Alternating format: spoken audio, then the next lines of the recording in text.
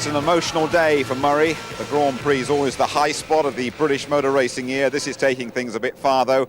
Welcome to the top of the hoist, location of one of 35 cameras covering the event. This thing's capable of lifting you over 200 feet into the skies above Silverstone. Don't worry, I'm not going to ask you to join me up here. All you have to do is settle back and enjoy the view from the best seat in the house. It is the British Grand Prix on ITV.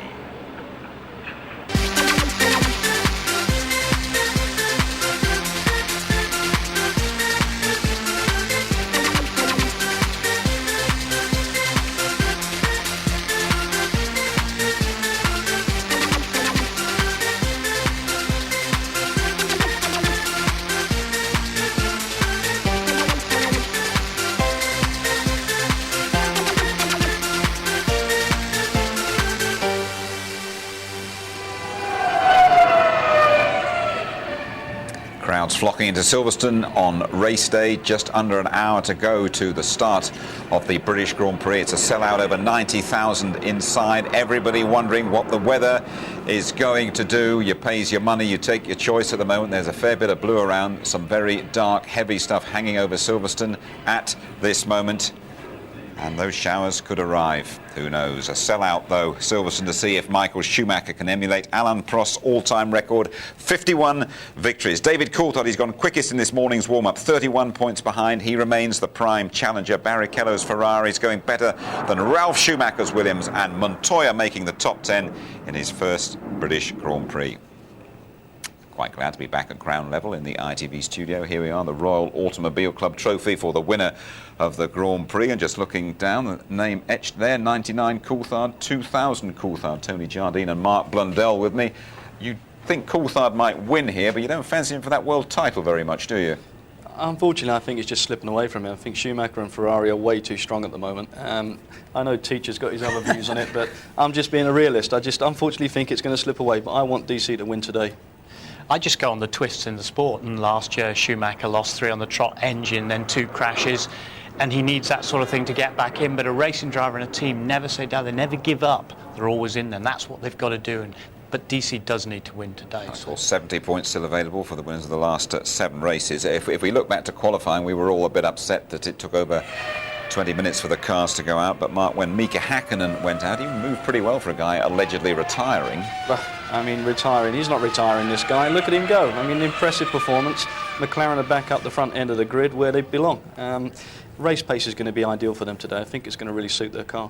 And the McLaren's going really well. All eyes are on David Coulthard. He starts from the second row, Tony. Hasn't won since Austria, but the car is feeling better and better. I think they're much more settled now after the Newey situation. Bridgestone have brought some new tyres here. The car is much stronger in race trim, so he's looking forward to the event. He's not worried that he's on the second row. Michael Schumacher, just 1 win here in 9 races. His first Silverstone pole, though, this year. Yeah, first pole for Michael at Silverstone, and an impressive pole as well. He really did put on a sterling performance. I mean, the lap time he did was incredible. I mean, I was absolutely gobsmacked when that turned the clock. And he is going to be the man today for me. I think he's going to be very difficult to beat. Schumacher, Ferrari will go on and win the championship. That's my deal. Okay, 1:20.4, that pole time for Michael Schumacher. Tony, just take us through the grid. Well, as you said, I mean, it is his first pole here at Silverstone, the 8th pole of the year for him, but Häkkinen was pleased to be near the front and nearly get that pole position. Very comfortable with the car. Coulthard in good shape for the race, we hope. And Trulli and his Jordan teammate Heinz-Harald Frentzen, 4th and 5th. The local team, very pleased with that performance. Barrichello in 6th, suffered with traffic. Raikkonen ahead of his teammate Heidfeld, and Montoya ahead of Ralf Schumacher, both not getting the best out of their cars. Michelin tyres not working that well here for them. Panis is ahead of his teammate Villeneuve, didn't get the best out of their car, the BAR Honda either. De La Rosa, new aero package on the Jaguar, he said it's working. Alesi says they're working well on their Prost car. Irvine happy to be closer to the Williams, he said they're our yardstick because they're also on Michelin tyres. Then Verstappen, but not that pleased with his performance, but happy to out-qualify his teammate Giancarlo Fisichella, 18th and 19th. Bernaldi there, the Brazilian. Alonso and Marquez failed to qualify outside the 107% rule, so just 21 starters. That half an hour was very interesting. I think looking at our team, how they did it perfectly. we were able to run all the 4 tires. Nobody didn't panic. Everybody was relaxed.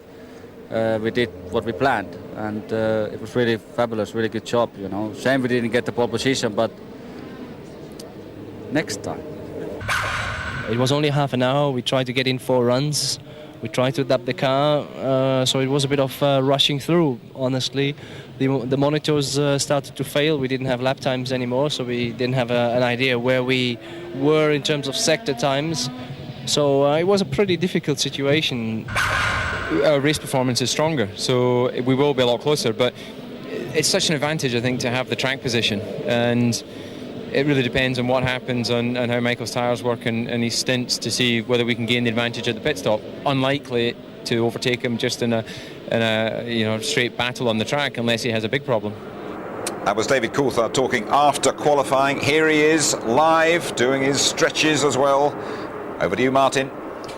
Thank you, Jim. Well, less than an hour to go to the start of the race, and we've been granted a very, very unusual audience here. We're backstage, if you like, before the curtain call. Thank you for talking to us, David. What we really want to know is, I mean, we see you guys on the grid, and of course we see you out on the racetrack. What goes on in the build-up? I mean, I've seen you signing autographs and just busy. It looks like you're too busy to me. Well, obviously the British Grand Prix, there's a lot more goes on than at the French Grand Prix, for instance. We've had Paddock Club appearances for the sponsors. We've always had our all-important strategy meeting, which went on a bit longer because of the importance of just trying to make sure we cover all the scenarios. And normally I'd be upstairs here in the back of the motorhome. I'd probably lie down for 10 minutes, but we've missed that opportunity today, so I'm just getting some stretching done, ready for the race. So would you manage to ever literally fall asleep? Can you do that? Are you able to do that with such an important race so close?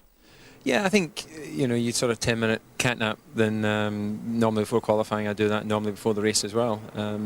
Your mind's obviously active, thinking about the start, thinking about setup, things like that, but you do doze off for a few moments, and I think it's good just to recharge the batteries.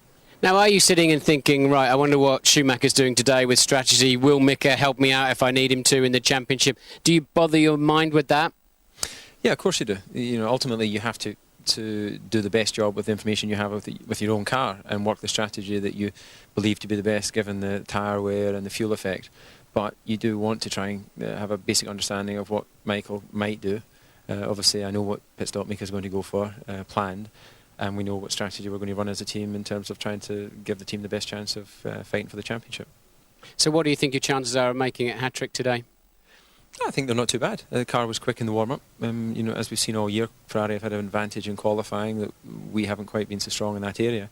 In the race, it comes down to track position. Ferrari hold that at the moment, but we've got pit stops to try and see whether we can gain the position.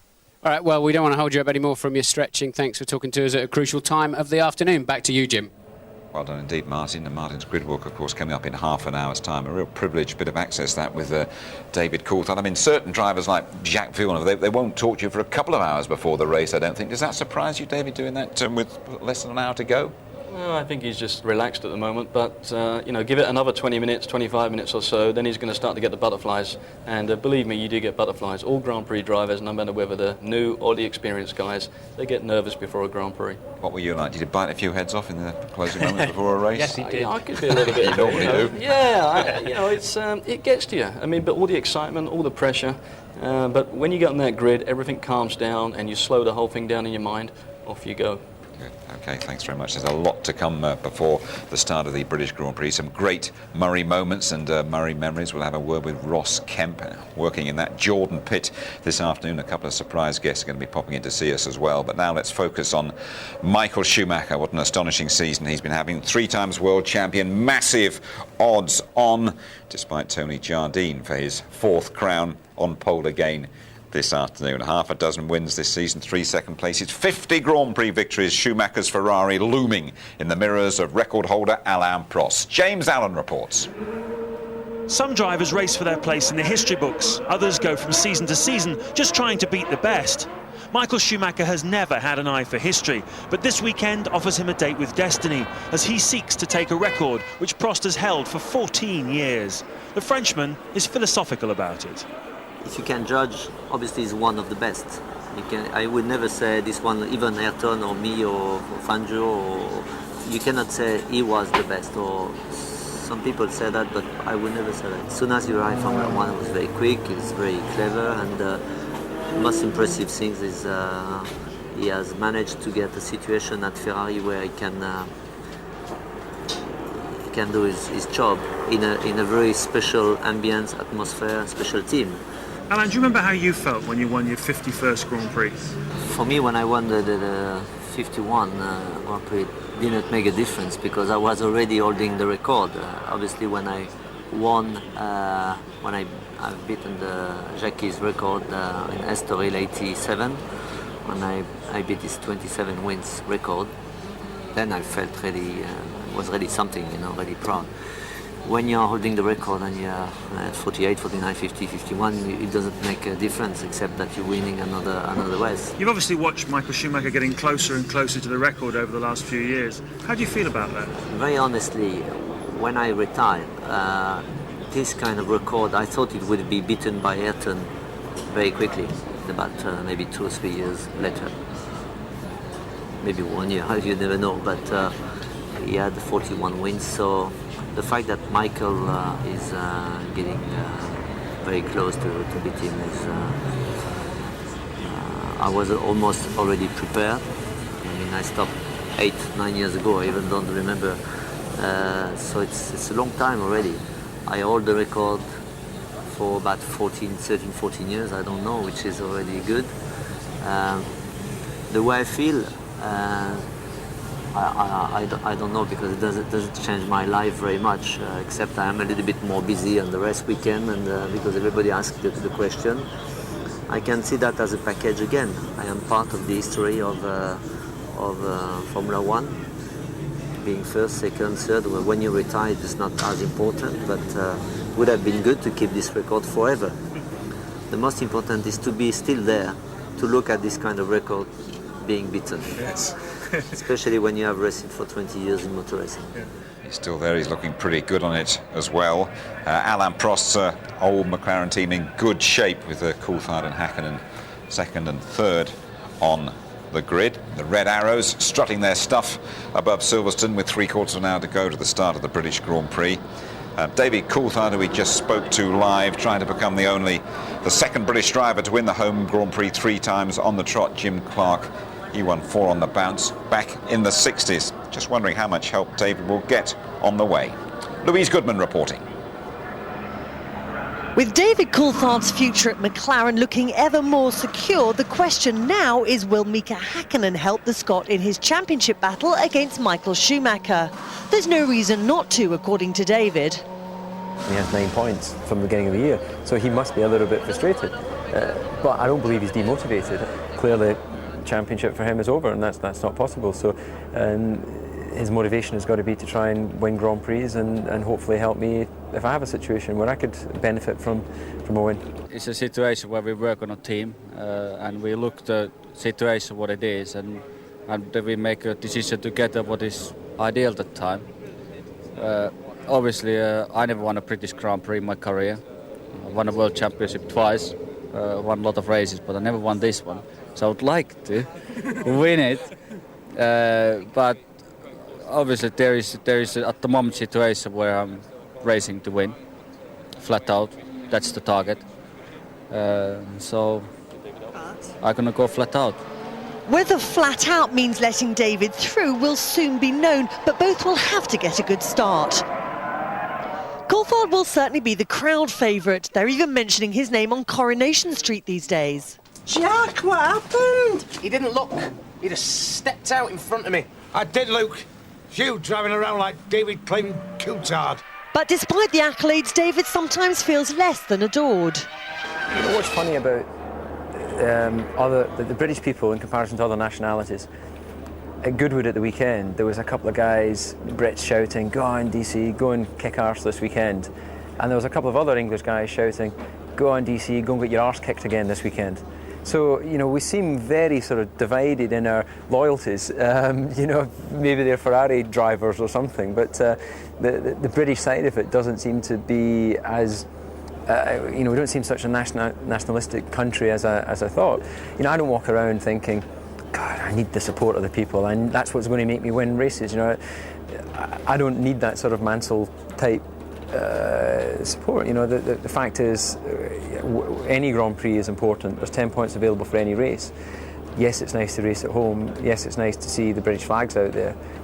But if there were none, it isn't going to demotivate me. And if there's a sea of them, then it might make me feel pretty good. But when I'm in the car, I can't see them. What really motivates the man is the prospect of a championship victory, and a Silverstone hat-trick would certainly help his cause. Listening to the McLaren team boss Ron Dennis the other day, he said he's only issued team orders 3 times in the last 15 years. Would you expect him to make it 4? Well, I would expect key people to make strategic decisions, especially as BMW Williams are further back down, and they won't get in the way, we don't think. And therefore, Häkkinen should remember when Coulthard helped him in 97 and 98. He's only got 9 points, you know, and David's up there with 47, still 31 behind. It's now time for team orders. I hope Ron is going to talk down the airwaves and say, Mika, move over, son. OK, well, he's had a little mention on the street, David, but he seems a bit ambivalent about the support he might get from the home crowd. How important is that? I mean, you've driven here in front of a British home crowd. How much does it lift you? It is a big boost. I mean, just as I say, you come through these gates and it is an instant boost. But as DC says, once you're in the car, you don't see anybody, you don't feel it in that way. But you don't need to feel it. It's there continuously. And he will be thriving off it. But, you know, I feel for him a little bit. You've always got that party who are with you, and then you've got the other party who are not with you. You know, and they may be cheering for somebody else, they may be cheering for a different nationality guy, but 99.9% of the time, you're always behind your fellow guy. But you can't even see them, can you, from where you're sitting in the car? No, you can't see them, but you can feel it, Jim. It's there. You've only got to look around. The atmosphere, the flags waving, you know, and believe me, over the noise of that engine, you can still hear them roar. He still smells the sausages from the barbecues. That's what he smells. OK, flags waving. Quite a few banners as well. Fantastic response we had for the best Murray Walker-themed banner competition. A little bit of fun we're having here at Silverstone, and goodness me, you have done really well with those banners. There's only one Murray Walker, so say all of us, and this one is the winner, the saddest retirement of any Grand Prix. The winner yesterday, John Clark from Salisbury in Wiltshire. Very well done with that one. We're going to have another winner here today. The RAF Falcons, they dropped in to wish Murray all the best yesterday. Murray's been coming here since the late 1940s, and he's compiled a snapshot of his own special memories. Silverstone is very special to British motorsport and to me, because it's the home of the British Grand Prix and the British Racing Drivers Club, and it's where I gave my first ever commentary at the 1949 race. There have been some fabulous events here, including the first ever Formula One race in 1950, where the awesome Alfa Romeos ruled the roost and the Italian driver Giuseppe Farina won. But the next year, they were beaten by Ferrari. 1960 saw an incredible comeback by Graham Hill, who started last in his BRM, but fought his way up to leader Jack Brabham and passed him, only to spin out with just 6 laps to go. But typically, Graham stayed to applaud his friend to victory. In the 1960s, the British Grand Prix was dominated by the great Jim Clark, who won 5 times in 6 years. In 1965, in a sick Lotus, he beat Graham Hill's BRM by a mere 3 seconds. Jim Clark, one of the greatest of all time. 1969 saw a spine-tingling battle for virtually the whole race between Jackie Stewart's Matra and Jochen Rindt's Lotus, which Jackie won when Rindt retired.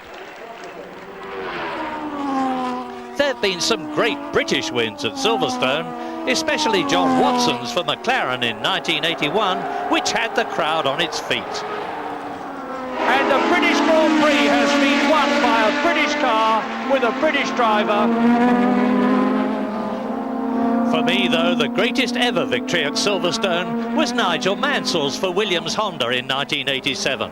After a 20-second stop, he battled with his hated teammate Nelson Piquet, took the lead at Stowe Corner with a sensational passing move and won. Mansell has won the British Grand Prix. In 1993, Damon Hill led, only to retire. But in 1994, he won the race his father never had with a superb victory for Williams.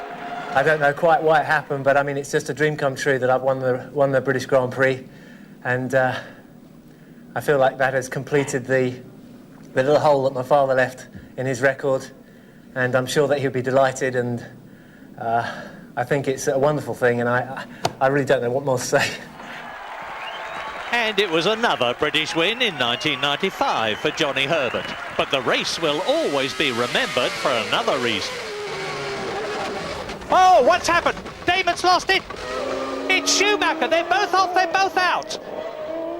Damon Hill had tried to pass race leader Michael Schumacher with an impossible move, which finished their race in the gravel. The most unusual victory of all, though, was Michael Schumacher's in 1998. For thanks to clever exploitation of the rules, he won while stationary in the pit lane taking a time penalty. Even he wasn't sure if he had won. Schumacher crashed and broke his leg in the 1999 race, and Britain's David Coulthard won for McLaren, as he did last year. David Coulthard wins the British Grand Prix. David is Britain's only hope for the World Championship this year, so fingers crossed for a Coulthard hat-trick. Thanks, Murray. More Murray memories coming up. This fellow might have something to say about David Coulthard hat-trick. He's on pole. Not in that little beauty, though. Michael Schumacher. That car produced Ferrari's first World Championship win here 50 years ago, driven by the Argentine, the old Pampas bull, Froilan Gonzalez. Bernie Ecclestone owns that little motor, by the way. He will listen to offers in the region of £4 million for it. And Michael Schumacher just sampling a touch of Silverstone, and the sellout crowd. Still lovely weather here, enjoying every moment on it. Well, 7 of the 11 teams here are British. It's a day out for those hidden toilers in the factories. Silverstone's going to change dramatically in the next couple of years. Let's sample the present version. Heinz Harold Frentzen put the Jordan on the front row last year, and here's Martin Brundle once again to talk you round. Looking over Heinz Harold Frentzen's left shoulder as we head down the pit straight towards Copse, 185 miles an hour, down just one gear. Look for the tiny curve on the exit and away towards Maggots. A left-hand curve into Beckett's corner. Look at this for commitment. Just a little blending of the left foot brake, no lifting of the throttle. Now into the second and third part, around 120 miles an hour. Full throttle as you head into the hangers straight. Diagonal that to be on the left-hand side, ready for the Stowe corner, 190 miles an hour. Look how damp and greasy the track is offline, but still full commitment for Frentzen. 145, a little bit of a correction through the middle. Now heading down towards Vale, over the slight crest, brake hard, down into second gear, just 55 miles an hour. Feed the car into club, a little bit tighter initially, then it opens up before your very eyes, and 160 miles an hour before the exit, rising gently uphill. Get ready for the Abbey chicane, 185 miles an hour on the way in, brake and come down 5 gears to just 70 on the way through. Car working hard on the curbs, you're looking at Bridge, 165 miles an hour in the heart, and immediately to the right for Priory, 105 through the middle, a short squirt down to Brooklands, just 60 now through the apex, neat and tidy there for the Jordan, and launch into Luffield, a long, clumsy, boring right-hander, just 70 on the way through. Now you can get on the power, and immediately building up already to 170 miles an hour as you go over the line. You had an eventful British Grand Prix round here once, didn't you?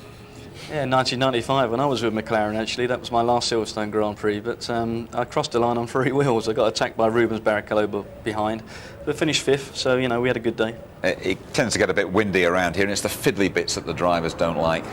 Yeah, the infield complex is a little bit tricky for them, especially if the conditions get wet, but there's some challenging corners around here. Beckett's is big track stuff, you know. And lots of developments to upgrade the whole circuit, Tony. Yeah, well, Bernie Ecclestone described Silverstone as like being an old Victorian house which has to be patched up all the time, but a lot of money has been expended, more than any other track over the last 10 years, and they're aiming to make it a centre of excellence, have it all finished by 2003. If they get their way, over 90 million will be spent on it, and you see work has started.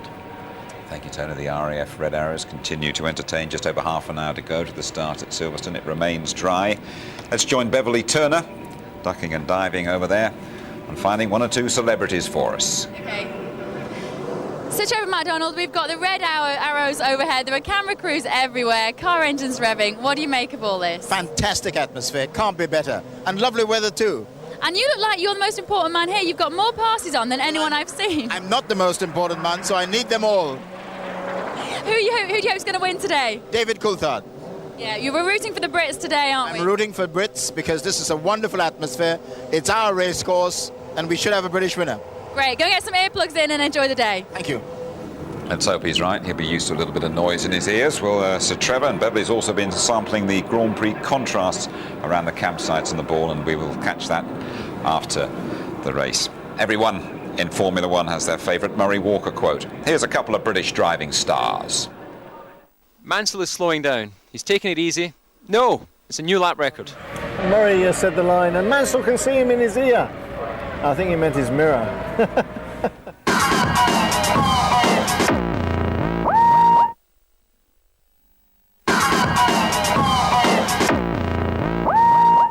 And this will be Williams' first win since last time a Williams won.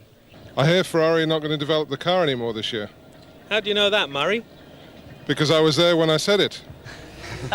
Ross Brawn and Ferrari team coordinator Nigel Stepney joining the Murray Impressionists. Well, let me introduce you now to a couple of young men. Very talented they are as well. They've got their own prime-time Saturday night show, and they like their F1.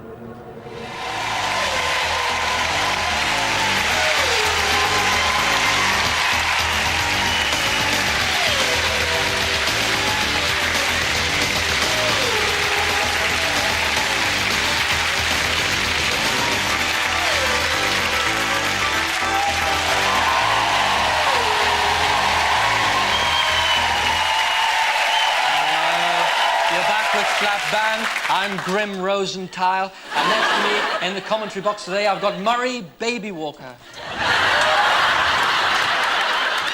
And hello, Grim! Can you join us here on the starting grid? And this is unbelievable! What is, Murray, the atmosphere? No, my trousers are far too tight! I'm not Do happy, him! Jack. Do him! I mean, I'm deep down, I'm a sensitive sort of human being. Have I gone really red? Oh dear. I mean, you've stretched it pretty far there.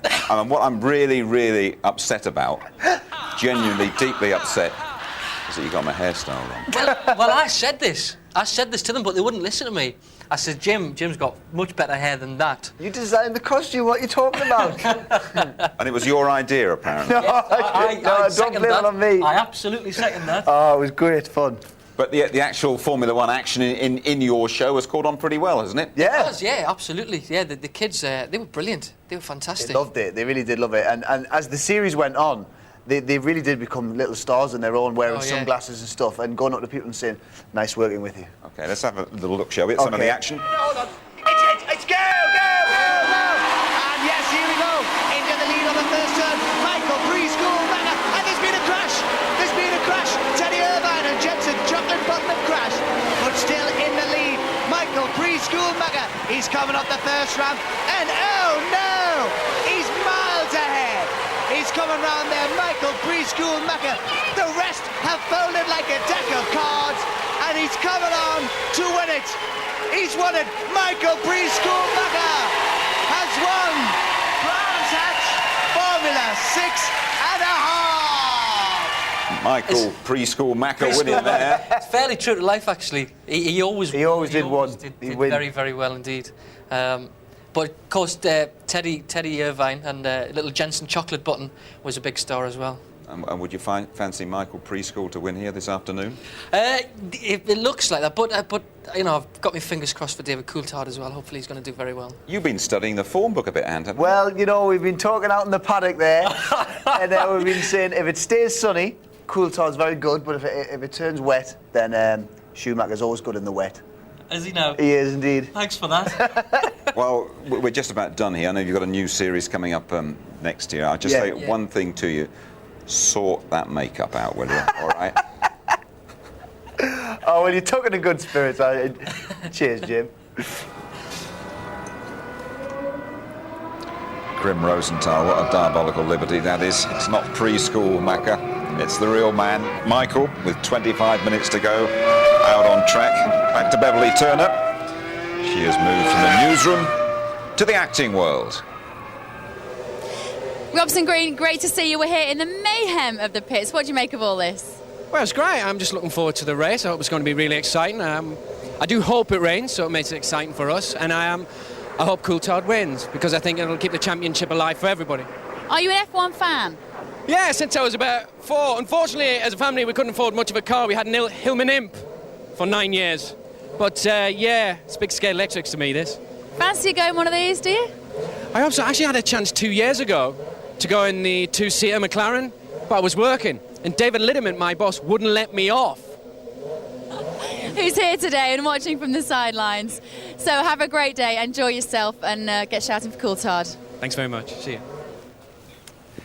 Well, no one closer than Silverstone than the Jordan team base, right across the road from the main entrance, and they need a mid-season boost. It could happen today as well if their qualifying performance is anything to go by. Jarno Trulli and Heinz Harald Frentzen were mixing it with the big boys yesterday. They turned in the team's best qualifying performance of the season at Jordan's home Grand Prix. It's a very special place for us. As I say, our factory is less than 100 yards from the store here, and gives everyone that little moral boost, because God knows we needed it this year. It's been a little bit disappointing. But while Eddie was enjoying the moment, his drivers were obviously determined not to get carried away. We haven't developed the car very much, but for sure we need to work very hard, because we can see our car is pretty competitive, especially in a qualifying condition. We just have to work very hard for the race. It's no secret that we are eating the tyres, especially the rear tyres, more than the teams like McLaren and Ferrari. We seem to be very strong in qualifying and closer to them than we are in the race. We lose relatively time to them in the race, and that's where we have to look for. So is there a chance that you will be going backwards rather than forwards then? Well, I don't think a lot more backwards, but certainly it will be difficult to overtake a McLaren and a Ferrari in the race. And I think we have a great chance here to finish in the points, or maybe as well on the podium, yeah. Talk more about Jordan in a moment. There is James Allen poised to deliver on race strategy. James. Well, Jim, some races it's clear as mud exactly what you want to do on race strategy, and I think it's going to be one of those this afternoon. It's a one stop or two stop, and a lot of it has to do with tyre wear. These things right here, let's take a look at them. This is the new Bridgestone tyre. McLaren and Ferrari are using it, and it's been wearing pretty well over the weekend, but one stop wears those tyres down quite quickly. You can see here the McLaren team getting ready. I think that Ferrari are going to go off on two stops today. The big risk of two stops is that if you re-emerge into traffic after one of your stops, you could be in big trouble. One stop is the other alternative. We might see the Jordans do that, possibly one of the two McLarens as well. Michael Schumacher at the front then on a 2. Other front runners doing one stop. A real mixture this afternoon. Could be really thrilling, but what we might see is, for the first time, McLaren acting tactically, whereby Häkkinen helps Coulthard. Could be really exciting. Thank you, James. Sir Jackie Stewart, congratulations on that, by the way. He is here. Mika Häkkinen. He's never won round this place, and he starts on the front row. Tony Jardine, let's have a little word about the Jordans, who went so well. Their best session of the year, I think it was in qualifying, but they've had a very disappointing season so far. Well, each of the drivers have had a 4th place each, and they've had 5th places. And on the back of Jarno's 5th place in France, I think they've had quite a boost. Those drivers work very well together. But one of the key things is there's a lot of momentum at the factory. There's a lot going on, especially investment. Eddie's been criticised in the past for not putting enough money into the team. He's building this whole new factory, great infrastructure. The team are now making headway. He started here in a lock-up garage, didn't he? He did. I mean, I worked with him in Formula 3000 days, and Marky remembers in Formula 3 with him arguing and shouting and having team managers by the throat up against garage walls, and me asking him for checks and things. No, the guy was £3 million in debt. He's now something like £60 million for the good. I think he's eased into the black, it's fair to say. Let's talk about David Coulthard. He's gone quickest in warm-up this morning. I mean, how relevant is that warm-up session, half hour on race day? It is relevant. I mean, this is a situation where you go out on full tanks, you go with tyres that you've run, you check them out, make sure they're in balance. But, you know, he's quickest, yeah, that's good. But Schumacher, Ferrari, they sandbag, and sometimes it shows up in the race. And he will want it to stay dry, and it looks as though we just might avoid the rain at the moment. We might avoid the rain, but I think I'm with Robson Green. I think I'd like a little shower just to liven things up in the mid-race. OK, then it's not long to go now before Murray Walker's last race commentary here at Silverstone. And above all, Murray has been a great entertainer. He's given fantastic value over the years. Hello, I'm Murray Walker.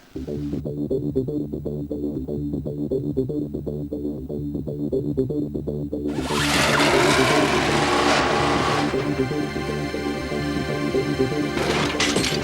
don't believe it. Here's Martin with a... Yeah, looks like watching ITV or something. Shove off. 1, 2, 3, 4, 5. Go, go, go. Go. Go. Go, go, go, and go. Now. Jock and Rid takes the lead in the Parabolica on the last corner of the last lap. And it's going to be a French match for the win. It must be. It's over the line together. And it's almost a dead heat. It's Jackie Stewart. As they go up the hill for the third time. Ryan Gosling absolutely steering form, who won at Biggin Hill and looks as though he's going to do the same here. Green first, Green Hello? Here in the middle of France for round 8 of the World Championship. We're at Magny-Cours in the middle of France. You know, just in the centre there. Nigel, nice to see you. And look at that! Out that, and colossally, that's Mansell. Mansell finishes, and he's world champion. Damon Hill, world champion. What about that? It's just so fantastic. I can't tell you, Murray. I was driving along and I could hear you in my head. And Damon Hill exits the chicane and wins the Japanese Grand Prix. And I've got to stop because I've got a lump in my throat. Okay, Martin, but do you want the job or not? Because, you know, we can't go on like this forever. It's a pretty serious matter. Wow, that's one of the Jordans. And miracle of miracles. Oh, and that's Hakkinen winning. Hakkinen, the race leader. He's out of the race. He's out of the race. After the misery of Belgium is consumed with rage. And the Tifosi are consumed with delight. But a brilliant race for Michael Schumacher to win the 2000 Japanese Grand Prix and the World Championship for the third time. And look, he knows it. Oh, God! Michael Schumacher hits David Coulthard and is out of the Belgian Grand Prix. Senna is trying to go through on the inside, and it's happened immediately. This is amazing. Senna goes off at the first corner, but what has happened to Prost? He has gone off too. Now, test drivers know better than anybody the problems of driving under tough conditions because that's their job. Just like it's like being in a catapult. Like I imagine being in a catapult. You just go wham! Oh, come on, sorry. Mika Hakkinen collides and into the tyres. I've done that. You'll love it. It's fantastic. Now, you were in the points here for Benetton last year. What's the new Nürburgring? Jordan, or even Jordan. Looks through a completely clean windscreen, and that's the big advantage, of course, of being in front. And that's the big disadvantage of getting your line wrong. Pardon? Now, for real spectacular driving, watch this. And nearly, that's it. There's a big body job to be done. It's the most stimulating, exciting, rewarding, dramatic, innovating experience I have ever had in my life. Fabulous. In a fabulous life as well, Murray. Formula One needs you.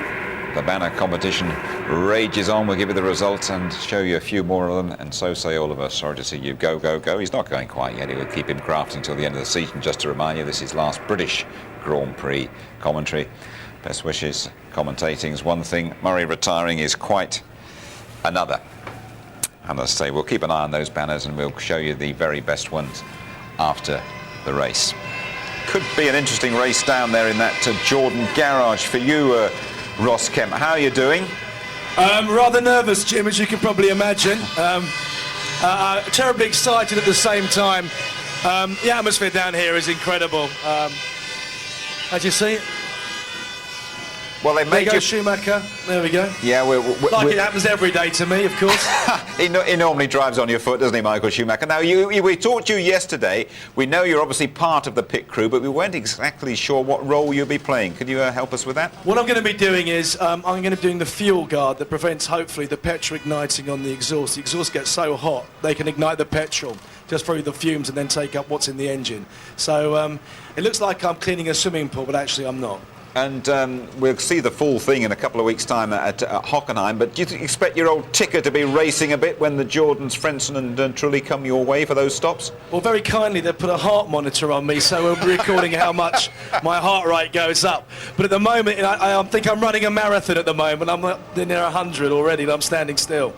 And this is the big day, just to remind you, you've had a few sort of harsh lights in your face over the years, but no going back now. No. I live and die by it. Eddie's threatened to shoot me if I mess up, but so I'm definitely not going to try and mess up anyway. Hey, listen, you have a very good day, and we look forward to seeing the complete story in a couple of weeks' time. Thanks very much, Jim, and thanks everyone at ITV. Thank you. Cheers, Ross. Bye. Thanks for joining us. There we are, just under a quarter of an hour to go, and the British Grand Prix will be underway.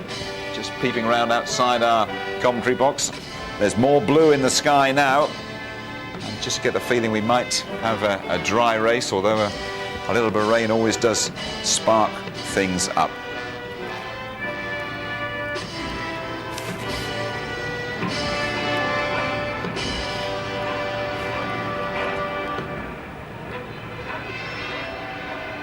We've heard from Ross on the grid.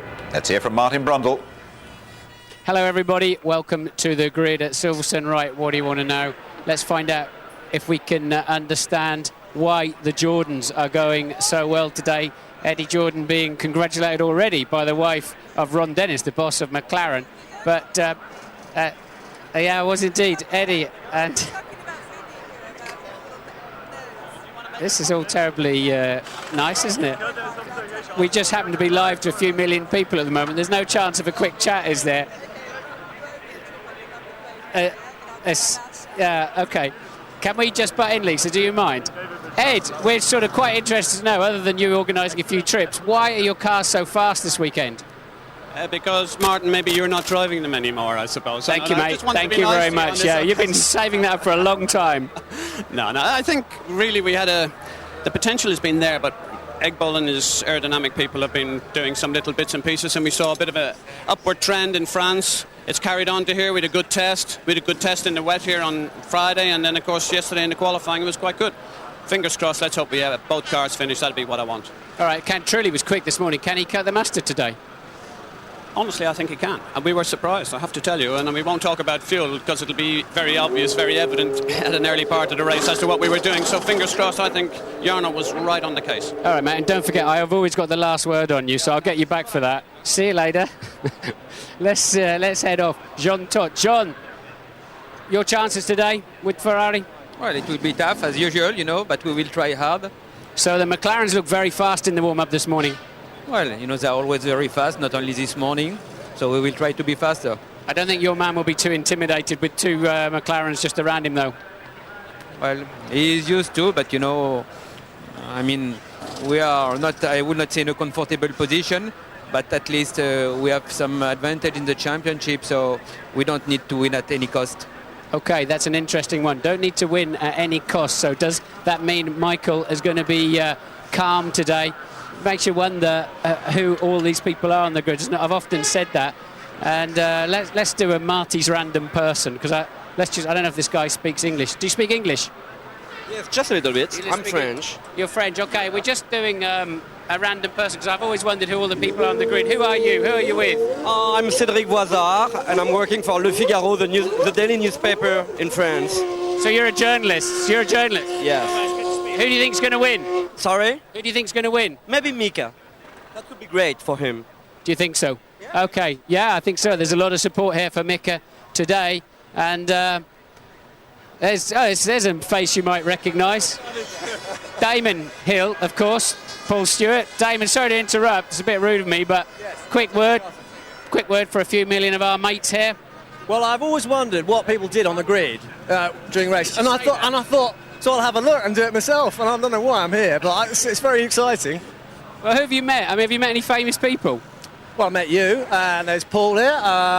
No, it's too, you know, it's just mad. I mean, there's people trying to race here, and all these things, famous people turning up. We just had a quick word with one of them. It's just amazing. But can't you afford a pair of scissors or something? What's this new hairdo? Is that for the Conrad band or something? It's not actually. It's attached to the hat. I take it off. It's not there anymore. Right, I see. It's a wig, is it? Good to see you. We'll have one more wander down the front. So the McLarens then have got it all to do. They're very, very fast in the warm-up. Michael Schumacher under pressure here on pole position. He hasn't got the Williams between him and his contenders, and he hasn't got his teammate anywhere near to help him out. It's going to be a very exciting and very close race. Back to you in the studio. Cheers, Martin. Thank you very much indeed. David Coulthard needing that home win. He's got to finish in front of Michael Schumacher, really, to preserve lingering hopes of a world title. How about Schumacher? Is he going to equal Alain Prost's record with victory number 51? What about Mika Häkkinen? The man from Le Figaro says he's going to win. Can he win in Britain at last? The yellow Jordans, Trulli and Frentzen both looking tasty. What about Williams? Are they hiding something? Irvine and Button seek Silverstone inspiration. Stand by then for Murray Walker and the British Grand Prix. Ralf Schumacher has been upstaged by the teenager Jenson Button, who is 20. And that's Jenson Button in the top 10 in 11th position.